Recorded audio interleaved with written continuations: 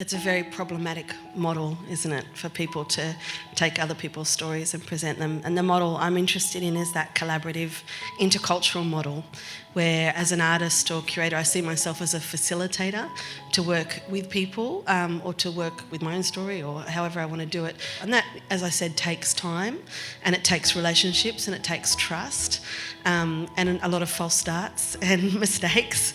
But that's the model that I think is a much better model for us moving into the future rather than people trying to tell each other's stories from afar. The arts are one of the most important sectors because the arts at their best reflect not only who we are but who we want to be. And so in a country like Australia where we have incredible diversity, we want stories that reflect that diversity, reflect who Australians really are. The stories that I like to tell are the stories that I like to see and that I like to hear.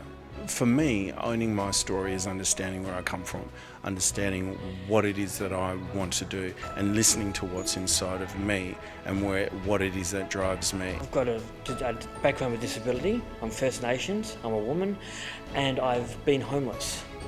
And from that experience, I leveraged a single story and hard work into a successful novel, and from there I've working quite hard to get where I am today, which is being invited to things like this. The whole system of who decides what stories are valid, who decides what gets published, for me that's the problem. I believe we have a duty of care and a responsibility to our stories. I do not like the system where we are forced to hand over ownership of our stories, and that's, for me, an ongoing battle. I think the arts are most important in actually having a process whereby we promote those stories, but also who tells those stories and actually who helps direct those stories.